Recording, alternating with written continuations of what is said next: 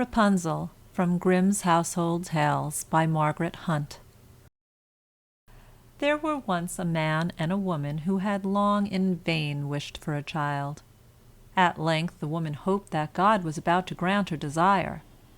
These people had a little window at the back of their house from which a splendid garden could be seen, which was full of the most beautiful flowers and herbs. It was, however, surrounded by a high wall, and no one dared to go into it, because it belonged to an enchantress, who had great power and was dreaded by all the world. One day the woman was standing by this window and looking down into the garden, when she saw a bed which was planted with the most beautiful rampion, Rapunzel, and it looked so fresh and green that she longed for it, and had the greatest desire to eat some. This desire increased every day, and as she knew that she could not get any of it, she quite pined away, and looked pale and miserable. Then her husband was alarmed, and asked, "What aileth thee, dear wife?"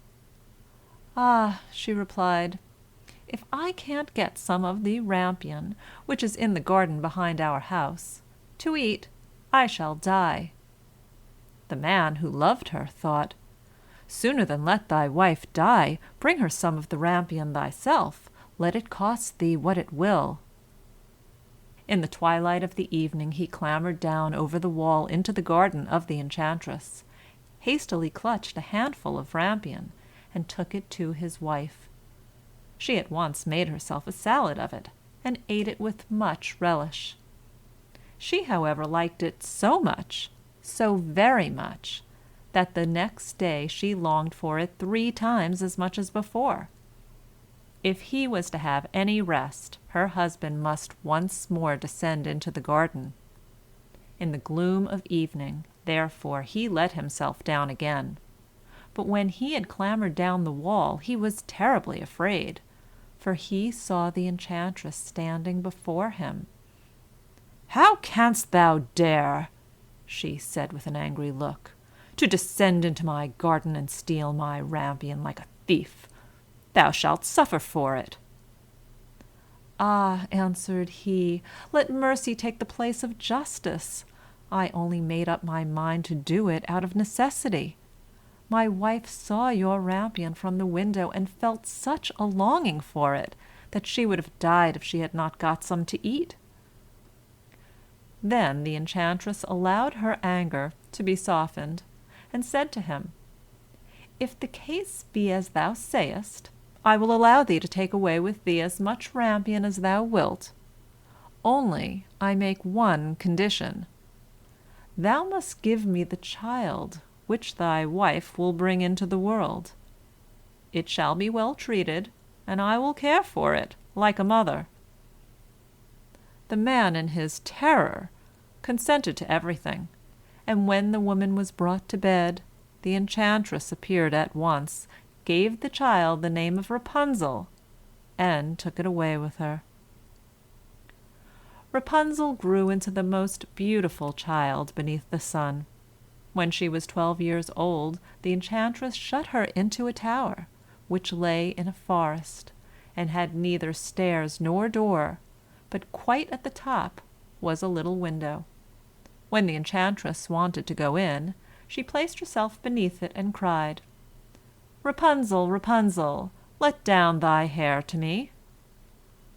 Rapunzel had magnificent long hair, fine as spun gold, and when she heard the voice of the enchantress, she unfastened her braided tresses, wound them round one of the hooks of the window above, and then the hair fell 20 ells down, and the enchantress climbed up by it.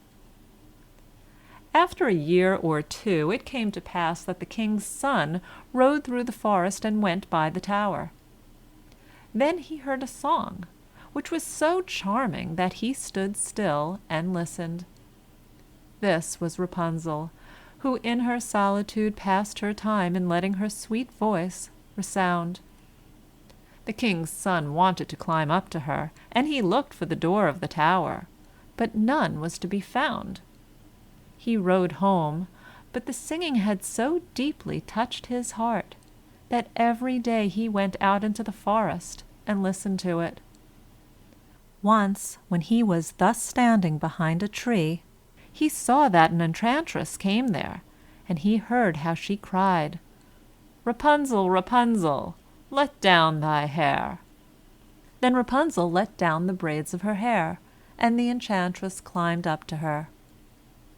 "If that is the ladder by which one mounts, I will for once try my fortune," said he.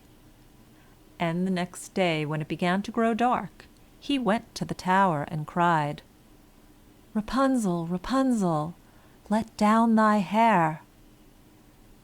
Immediately, the hair fell down and the king's son climbed up.